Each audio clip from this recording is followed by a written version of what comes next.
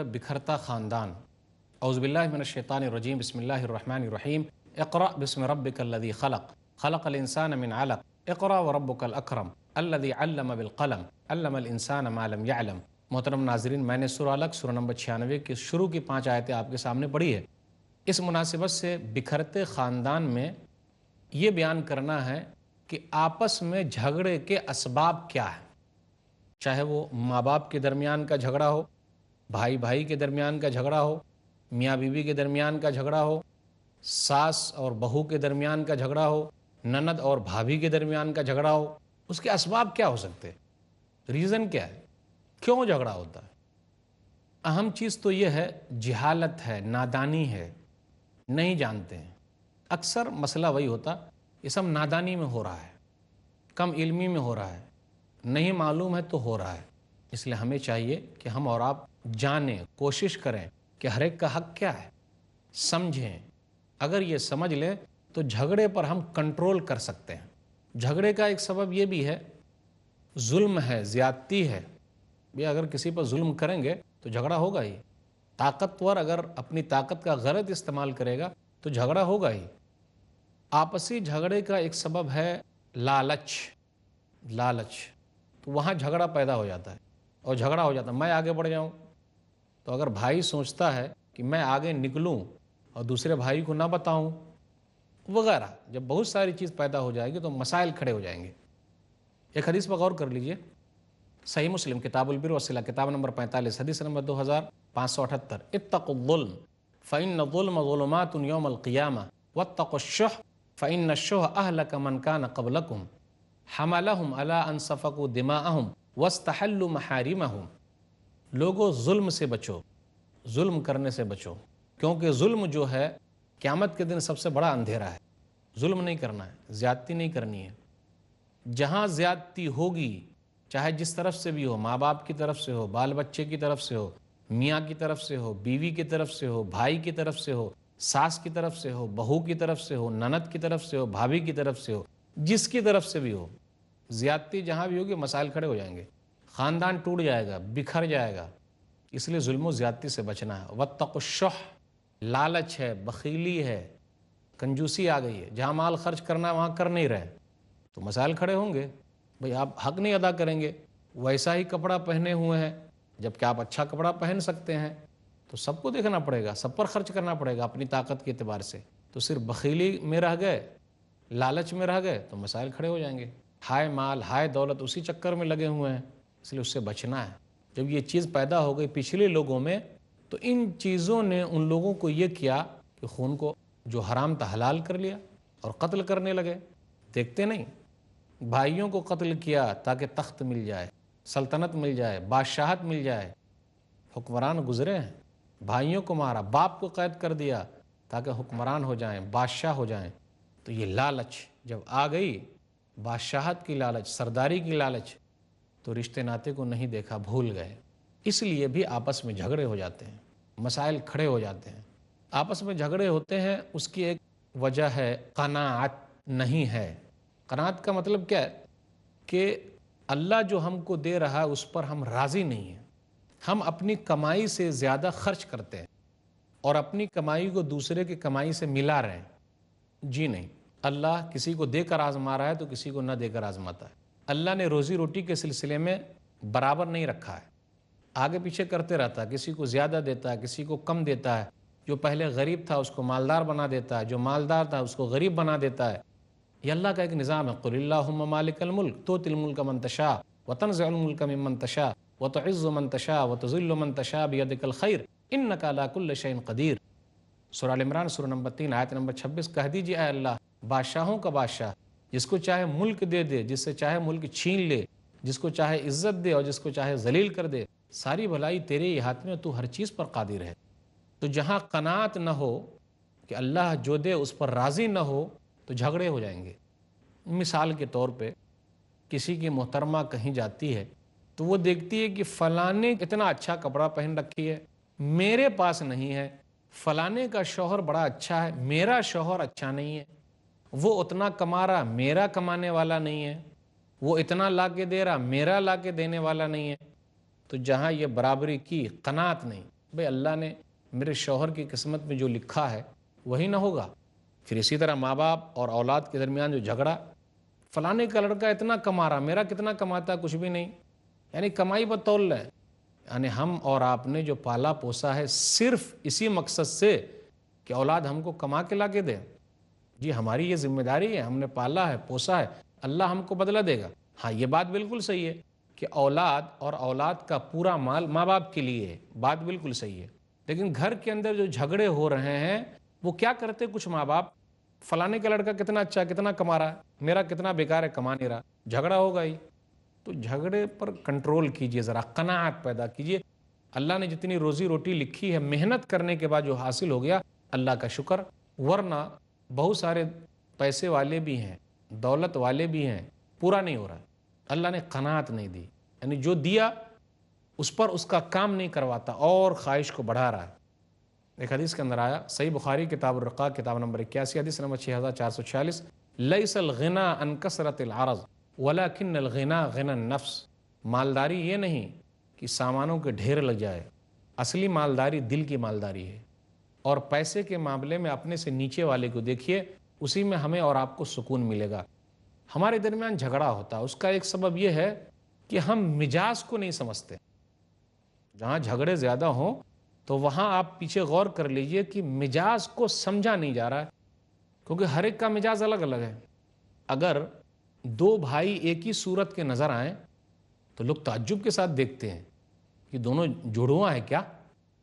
تو ماں کے پیٹ سے نکلے ہوئے ہیں، لیکن جڑواں ہونے کے باوجود بھی مجاز الگ الگ ہے۔ اب اس پر غور کر لیجئے، جب ایک ہی ماں کے پیٹ سے نکلے ہوئے دو بھائیوں کا مجاز ایک نہیں ہے تو بیوی تو دوسری عورت کے پیٹ سے نکلی ہے، مرد دوسری عورت کے پیٹ سے نکلا ہے، تو دونوں کا مجاز ایک کیسے ہو جائے گا؟ نہیں ہو سکتا نا، مجاز کا اختلاف ہے۔ تو مجاز کو سمجھنا بہت ضروری ہے۔ اگر کوئی ماں باپ یہ سمجھے کہ میرے مجاز کے حساب سے میری اولاد صحیح ہو جائے، میرے مزاج کے حساب سے چلے، کبھی بھی نہیں ہو سکتا ہے، بہت مشکل ہے۔ میرے ہی حساب سے 100% صحیح ہو جائے، 100% نہیں ہوگا۔ کوشش کر سکتے ہیں آپ۔ اگر کوئی بیوی یہ کہے کہ میرا شوہر میرے ہی مزاج کے حساب سے چلے، جیسا میں کہتی ہوں ویسا ہی چلے، نہیں ہو سکتا۔ کوئی شوہر یہ کہے میری بیوی میرے ہی مزاج کے حساب سے رہے، نہ، ہو ہی نہیں سکتا۔ ایک بھائی یہ کہے کہ میرا دوسرا بھائی میرے ہی مزاج کے حساب سے چلے، نہیں بھائی، ایک ماں کے پیٹ سے نکلے ہوئے جو اولاد ہیں، بچے لوگ ہیں نا، سب کا مزاج الگ الگ ہے، پانچوں انگلیاں الگ الگ ہے۔ جب پانچوں انگلیاں الگ الگ ہے تو مزاج بھی الگ الگ ہے۔ تو اس کے مزاج کو پرکھنا، دیکھنا، غور کرنا، یہ سب سے اہم چیز ہے۔ جس نے مزاج کو سمجھ لیا وہی سب سے اہم چیز ہے، وہ بڑا کامیاب آدمی ہے۔ تو مزاج کو سمجھنا بہت ضروری ہے کہ آدمی کس چیز سے غصے میں آ جاتا ہے، کس چیز سے نہیں آتا ہے۔ بہت سارے لوگ ہیں جن کو مذاق پسند نہیں ہے، لیکن آپ ان سے مذاق کر رہے ہیں تو وہ غصے میں آ جائے گا۔ کچھ لوگ ہیں جن کو مذاق پسند ہے، لیکن کیسے؟ آپ تنہائی میں ان کے ساتھ مذاق کریں، لوگوں کے سامنے نہ کریں۔ لیکن ہم لوگوں کے سامنے مذاق کر دیں گے تو اس کا دماغ کھسک جائے گا، غصے میں آ جائے گا۔ تو مزاج کو سمجھنا بھی بہت ضروری ہے۔ تو مزاجوں کا اختلاف برحق ہے، اس کے حساب سے ہمیں لوگوں کے ساتھ رہنا ہے، کیونکہ یہ دنیا ہے، کچھ نہ کچھ تو خامی رہے گی، غلطی رہے گی۔ ایک حدیث پر غور کر لیجئے، صحیح بخاری کتاب التفسیر کتاب نمبر 65 حدیث نمبر 4640، ابو بکر صدیق رضی اللہ تعالیٰ عنہ مزاج کے نرم ہیں، اور عمر بن خطاب رضی اللہ تعالیٰ عنہ مزاج کے گرم ہیں، اور دونوں جنتی ہیں الحمدللہ۔ پہلے خلیفہ ابو بکر صدیق رضی اللہ تعالیٰ عنہ، دوسرے خلیفہ عمر بن خطاب رضی اللہ تعالیٰ عنہ، لیکن مزاج کے اعتبار سے ایک گرم ہے اور مزاج کے اعتبار سے ایک نرم ہے، لیکن دونوں جنتی ہیں۔ تو مزاج الگ الگ ہے، اختلاف مزاج کا برحق ہے۔ ابو دردہ رضی اللہ تعالیٰ عنہ کہتے ہیں، کانت بین ابی بکر و عمر محاورۃ، کہ ابو بکر رضی اللہ تعالیٰ عنہ اور عمر بن خطاب رضی اللہ تعالیٰ عنہ کے درمیان کچھ انمن ہو گئی۔ عمر بن خطاب رضی اللہ تعالیٰ عنہ اور ابو بکر صدیق کے درمیان کچھ باتہ بحث ہو گیا۔ فاغضب ابو بکر عمر، تو ابو بکر صدیق رضی اللہ تعالیٰ عنہ نے عمر فاروق رضی اللہ تعالیٰ عنہ کو غصہ دلا دیا۔ پھر کیا ہوا؟ ابو بکر صدیق رضی اللہ تعالیٰ عنہ نے جب غصہ دلایا تو عمر فاروق رضی اللہ تعالیٰ عنہ غصے میں مجلس سے اٹھے اور چلے گئے۔ فَاتَّبَعَهُ ابو بکر، تو ابو بکر رضی اللہ تعالیٰ عنہ پیچھے چلے. کیوں پیچھے گئے؟ تاکہ ان یستغفر لہ، ان سے بخشش مانگ لیں، اپنے گناہ کی تلافی کر لیں، معافی مانگ لیں. عمر بن خطاب رضی اللہ تعالیٰ عنہ نے کیا کیا؟ اپنے دروازے کو بند کر لیا. ناظرین کرام، یہ سلسلہ کلام چلتا رہے گا. تھوڑے سے وقفے کے لیے رکتے ہیں، کہیں جائیے گا نہیں. السلام علیکم ورحمۃ اللہ وبرکاتہ.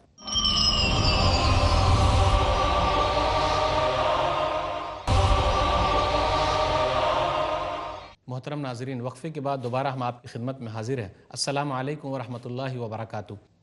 وقفے سے پہلے بات یہ چل رہی تھی کہ ابو بکر صدیق رضی اللہ تعالیٰ عنہ مجاز کے نرم ہے اور عمر بن خطاب رضی اللہ تعالیٰ عنہ مجاز کے گرم ہے.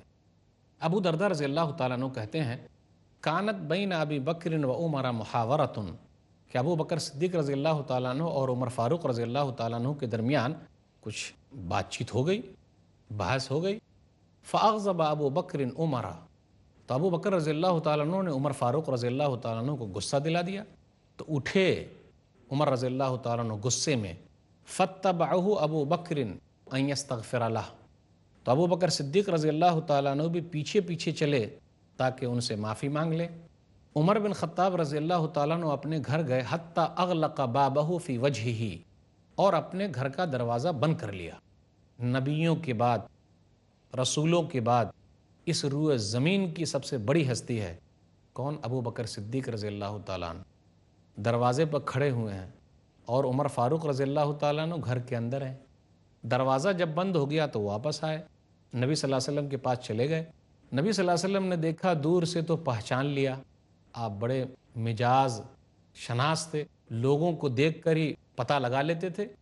اما صاحبکم ھذا فقد غامر، نبی صلی اللہ علیہ وسلم نے لوگوں سے کہا دیکھو تمہارے ساتھی آ رہے ہیں، لگ رہا ہے کہ ان کا جھگڑا ہو گیا ہے، چہرے سے پتہ چل رہا ہے. مجلس میں پہنچے ابو بکر صدیق رضی اللہ تعالیٰ عنہ، اپنا واقعہ سنایا. مسئلہ کیا نکلتا ہے؟ ابو بکر صدیق رضی اللہ تعالیٰ عنہ اتنے بڑے ہیں، پھلدار درخت کی طرح جھکے ہوئے ہیں. صحابہ کرام کے درمیان انسان ہونے کے ناطے انبن ہو گئی ہے، معافی مانگنے کے لیے پیچھے پیچھے جا رہے ہیں. بھائیوں، یہی جذبہ پیدا کرنا ہے. ناظرین کرام، اگر کچھ مسئلہ ہو گیا، انبن ہو گیا، تو معافی تلافی کر لیجئے. ابو بکر صدیق رضی اللہ تعالیٰ عنہ کی شان نرالی ہے.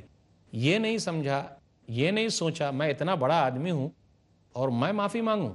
کہا غلطی ہوئی، غلطی تسلیم کر لیا. آج کل ہم اور آپ یہ بولتے جی مجھ سے غلطی ہوتی ہی نہیں، میں غلطی نہیں کر سکتا، سامنے والے نے غلطی کی ہے وہ معافی مانگے گا، اور معافی مانگے بھی تو ہم معاف نہیں کرتے. صحابہ کرام معاف کر دیتے تھے، معافی مانگ لیتے تھے، اپنی غلطی تسلیم کر لیتے تھے. ایک مسئلہ یہاں تک جو بات پہنچی اس سے یہ نکل رہا ہے کہ کچھ لوگ ایسے ہونے چاہیے جو لوگوں کے درمیان صلح کرا دیں. ابو بکر صدیق رضی اللہ تعالیٰ عنہ کہیں اور نہیں گئے، نبی صلی اللہ علیہ وسلم کی مجلس میں آ گئے. آج کل ہم اور آپ اپنے جھگڑے کو کہاں لے جاتے ہیں؟ بولیے. جب پیسہ زیادہ ہو گیا، تاؤ زیادہ آ گیا، کورٹ میں لے جاتے ہیں اور کئی سال تک لڑتے رہتے ہیں. ہونا کیا چاہیے تھا؟ صلح صفائی کرتے بیٹھ کر. ہمارے درمیان بزرگ حضرات ہیں، ان کے سامنے بیٹھیے، بڑے لوگ ہیں ان کے سامنے بیٹھیے اور مسئلے کو حل کرنے کے لیے پہل کیجئے. آج کل ہم اور آپ مسئلے کو حل کرنے کے لیے پہل نہیں کر رہے ہیں، الا ماشاء اللہ کچھ لوگ ہیں جو پہل کرتے ہیں، اللہ ان کو جزائے خیر دے، آمین. ابو بکر صدیق رضی اللہ تعالیٰ عنہ نبی صلی اللہ علیہ وسلم کے پاس گئے، اور نبی صلی اللہ علیہ وسلم کا دیکھیے، دیکھتے ہی پہچان جاتے ہیں کہ جھگڑا ہوا ہے. تو لوگوں کو پہچان لینا اور اس کے حساب سے اس کی تربیت کرنا، ان کو بتانا، یہ نبی صلی اللہ علیہ وسلم کا فن ہے. پھر اسی طرح پورا مسئلہ نبی صلی اللہ علیہ وسلم نے سنا. وَنَدِمَ عُمَرُ عَلَى مَا كَانَ مِنْ، عمر رضی اللہ تعالیٰ عنہ کو یہ محسوس ہوا کہ جو میں نے کیا وہ غلط ہے. وَنَدِمَ عُمَرُ عَلَى مَا كَانَ مِنْ، جو کیا اس پر افسوس کیا. یہاں رکیے، میں نے دروازے کو بند کر لیا، غصے میں آپے سے باہر ہو گیا، میرے گھر کے سامنے ابو بکر صدیق رضی اللہ تعالیٰ عنہ موجود ہیں اور میں نے اپنے دروازے کو بند کر لیا، افسوس کیا. صحابہ کرام سے اگر کوئی غلطی ہو جاتی تھی تو وہ افسوس کرتے تھے. آج کل ہم اور آپ اپنی غلطی پر نادم نہیں ہوتے. میں نے دروازہ کیوں بند کر لیا؟ دروازہ مجھے بند نہیں کرنا چاہیے تھا، میں نے ایسا کیوں کر لیا؟ یہ صحابہ کرام کی شان ہے. اس لیے بھائیوں، اگر ہمارے درمیان کوئی مسئلہ ہو جاتا ہے تو ناظرین کرام، ہمیں اور آپ کو افسوس بھی کرنا، یہ غلطی ہو گئی۔ اب غلطی ہو گئی تو ایسا نہیں گھر ہی میں بیٹھے ہوئے ہیں، وہ بھی نبی صلی اللہ علیہ وسلم کے پاس آئے، عمر فاروق رضی اللہ تعالیٰ عنہ۔ نبی صلی اللہ علیہ وسلم نے واقعات سنے، اب نبی صلی اللہ علیہ وسلم کو غصہ چڑھ رہا ہے، آپ غصے کا اظہار کرنا چاہتے ہیں۔ ابو بکر صدیق رضی اللہ تعالیٰ عنہ نے کہا، اللہ کے رسول میں نے ظلم کیا ہے، میں نے ہی غصہ دلایا ہے عمر فاروق رضی اللہ تعالیٰ عنہ کو، تو لیکن نبی صلی اللہ علیہ وسلم نے ابو بکر صدیق کے مقام و مرتبے کا لحاظ رکھتے ہوئے یہ فرمایا، حل انتم تارکو لی صاحبی، حل انتم تارکو لی صاحبی، ٹھیک ہے آپس میں انبن ہو گئی، معافی تلافی کے لیے آگے بڑھے تھے، تو کیا تم لوگ میرے ساتھی کو چھوڑنے والے نہیں ہو؟ کیا تم لوگ چھوڑنے والے نہیں ہو، یعنی معاف کرنے والے نہیں ہو؟ یعنی معاف کر دو۔ کیوں معاف نہیں کیا؟ وہ تو پیچھے پیچھے گئے تھے، گھر تک پہنچے تھے، معاف کر دینا چاہیے تھا۔ اور ابو بکر صدیق رضی اللہ تعالیٰ عنہ کے مقام و مرتبے کو ذکر کیا کہ کیا مقام ہے ان کا، کیا مرتبہ ہے ان کا۔ جس وقت میں نے کہا، رسول اللہ صلی اللہ علیہ وسلم کہتے ہیں قرآن کی ایک آیت کے بارے میں، یا ایھا الناس انی رسول اللہ الیکم جمیعا، سورہ اعراف سورہ نمبر 7 آیت نمبر 158، اے لوگو میں تم تمام کی طرف اللہ کا رسول بنا کر بھیجا گیا ہوں۔ تو تم لوگوں نے کہا کذبتا، آپ جھوٹ بول رہے ہیں۔ وقال ابو بکر صدقتا، اور ابو بکر صدیق رضی اللہ تعالیٰ عنہ نے کہا آپ سچے ہیں۔ اس حدیث پر غور کیجئے، مسئلہ یہ نکلا کہ مجاز الگ الگ ہے۔ ابو بکر صدیق رضی اللہ تعالیٰ عنہ مجاز کے نرم ہے، عمر فاروق رضی اللہ تعالیٰ عنہ مجاز کے گرم ہے، تو مجاز کو بھی سمجھنا ضروری ہے۔ میرے ابا کا مجاز کس چیز سے گرم ہو جاتا ہے، وہ کام نہیں کرنا ہے۔ میری امی کا مجاز کس چیز سے گرم ہو جاتا ہے، وہ کام نہیں کرنا ہے۔ میری بیوی کا مجاز کس چیز سے بدل جاتا ہے، وہ کام نہیں کرنا، پرہیز کرنا ہے۔ میرے شوہر کا مجاز کس چیز سے بدل جاتا ہے، اسے پرہیز کرنا ہے۔ میرے بھیا کا مجاز کس چیز سے بدل جاتا ہے، اسے پرہیز کرنا ہے۔ پھر اسی طرح میری ساس کا مجاز کس چیز سے بدل جاتا ہے، اسے پرہیز کرنا ہے۔ میری بھابھی کس چیز سے بدل جاتی ہے، اس کا مجاز کیا ہے، اسے پرہیز کرنا ہے، اسے رکنا ہے۔ میری نند کا مجاز کس چیز سے گرم ہو جاتا ہے، اسے رکنا ہے۔ تو جب ہم اور آپ مجاز کو سمجھ لیتے ہیں تو جھگڑے کو آسانی کے ساتھ کنٹرول کر سکتے ہیں، اور جھگڑا کم سے کم ہو اس کے لیے اسباب مہیا کر لیتے ہیں۔ اس لیے مجاز کا سمجھنا بہت ضروری ہے۔ نبی صلی اللہ علیہ وسلم جو ہے وہ مجاز کو سمجھتے تھے۔ ام المومنین عائشہ رضی اللہ تعالی عنہا کے بارے میں خود نبی صلی اللہ علیہ وسلم نے فرمایا، صحیح بخاری کتاب النکاح کتاب نمبر 67 حدیث نمبر 5228، انی لعالم اذا کنتی انی راضیہ و اذا کنتی علی غضبا، بے شک میں جانتا ہوں عائشہ تو مجھ سے کب خوش رہتی ہو اور کب ناراض ہو جاتی ہو۔ اس سے یہ مسئلہ نکلا ایک آدمی کے لیے ضروری ہے کہ وہ اپنی بیوی کے مجاز کو سمجھے کہ اس کی بیوی کب غصے میں آ جاتی ہے اور کب خوش رہتی ہے۔ اگر ہم اپنی بیوی سے یہ کہیں گے تو ایسی ہے، تیرا باپ ایسا، تیری ماں ایسی، تیرا خاندان ایسا، گڑبڑ ہو جائے گا، یہ مجاز کے خلاف ہے۔ عورت سب کچھ سن سکتی ہے، اسے سننا گوارا ہے، لیکن اپنے گھر والوں کے خلاف اسے سننا گوارا نہیں ہے۔ تو نبی صلی اللہ علیہ وسلم مجاز سمجھتے، مجاز کو سمجھتے تھے، دکھتی رگ پر ہاتھ رکھ دیتے تھے۔ تو کہا عائشہ کب خوش ہوتی ہو، کب ناراض ہو جاتی ہو، مجھے پتہ چلتا ہے۔ تو ام المومنین عائشہ رضی اللہ تعالیٰ عنہ نے کہا، من این تعرف ذلک، اللہ کے رسول صلی اللہ علیہ وسلم آپ کو کیسے پتہ چل جاتا ہے؟ کہا دیکھو سنو، جب تم خوش رہتی ہو تو یہ کہتی ہو لا ورب محمد، نہیں محمد کے رب کی قسم، اور جب تم ناراض ہو جاتی ہو تو یہ کہتی ہو لا ورب ابراہیم، نہیں ابراہیم کے رب کی قسم۔ اجل، کہاں ہاں اللہ کے رسول، ما اہجر الا اسمک، میں تو صرف آپ کا نام چھوڑ دیتی ہوں۔ تو مجاز کو سمجھنا بہت ضروری ہے۔ گھر کے اندر ہیں، بچے لوگ ہیں، کھٹ پٹ کر رہے ہیں، اب دادا وہاں بیٹھے ہوئے ہیں تو دادے کا مجاز تو ذرا کھسکے گا ہی، بوڑھے ہو گئے ہیں تو اب ذرا جھیلنا پڑے گا ان کو، ابا بھی ذرا عمر دراز ہو گئے تو ذرا ان کو بھی جھیلنا ہے، لے کے چلنا ہے، خاندان میں سب کے ساتھ مل جل کے رہنا ہے، اور ہم کو اپنا بڑھاپا یاد کرنا ہے، ابا کو دیکھ کے، دادا کو دیکھ کے، کہ جب میں بھی بوڑھا ہوں گا تو ہماری حالت یہ ہو جائے گی۔ کیونکہ آدمی جب بوڑھا ہو جاتا ہے تو اس کا مجاز بچے جیسا ہو جاتا ہے۔ تو مجاز کو سمجھنا، اس کو جھیلنا، ایک ساتھ رہنا، گھر کو آباد کرنا، یہ نیک لوگوں کا طریقہ ہے، نیک لوگ ہی ایسا کرتے ہیں۔ نبی صلی اللہ علیہ وسلم کس طریقے سے لوگوں کے مجاز کے اعتبار سے مسئلے مسائل بیان کرتے تھے. یہ نبی صلی اللہ علیہ وسلم کا فن ہے. ہمیں اور آپ کو بھی اس سے سیکھنا ہے, نبی صلی اللہ علیہ وسلم کے طریقے کو اپنانا ہے. ایک حدیث پر غور کر لیجئے, صحیح بخاری کتاب النکاح کتاب نمبر 67 حدیث نمبر 5225. نبی صلی اللہ علیہ وسلم ایک بیوی کے گھر پہ موجود ہیں, دوسری بیوی نے کھانا بھجوایا, تو جس کے گھر پہ موجود ہے اس بیوی نے اس پیالے پہ مار دیا تو پیالہ ٹوٹ گیا. نوکر سامنے موجود ہے, پیالہ ٹوٹ گیا. اگر ہماری بے عزتی ہماری بیوی نوکر کے سامنے کر دے تو ہم اور آپ آپے سے باہر ہو جائیں گے. جی ویسا مزاجی ہے, وہ ذرا جھیلنا پڑے گا. بیوی سب کے سامنے سنا دے گی, یہ نہیں وہ نہیں, جھیلنا پڑے گا. تو ذرا جھیلنے کا مادہ جس نے پیدا کر لیا اور مزاج کو جھیل لیا, بھائی اس کا مزاج ہی ایسا ہے, تو شروع رہا, بعد میں میں شروع پڑ جاؤں گا. ابھی تیرا میں جھیل لیتا ہوں, سن لیتا ہوں, کان کو بند کر لیا, ادھر سے ڈال لیا ادھر سے نکال لیا, چلے گا.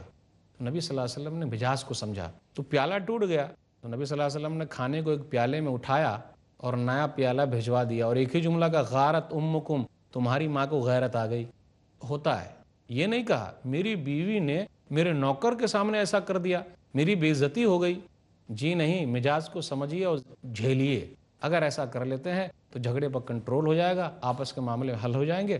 اللہ تعالی ہم لوگوں کو خاندان میں میل محبت کے ساتھ رکھے. آمین وآخر دعوانا الحمدللہ رب العالمین, وصلی اللہ علی نبینا محمد وآلہ وصحبہ اجمعین, والسلام علیکم ورحمۃ اللہ وبرکاتہ.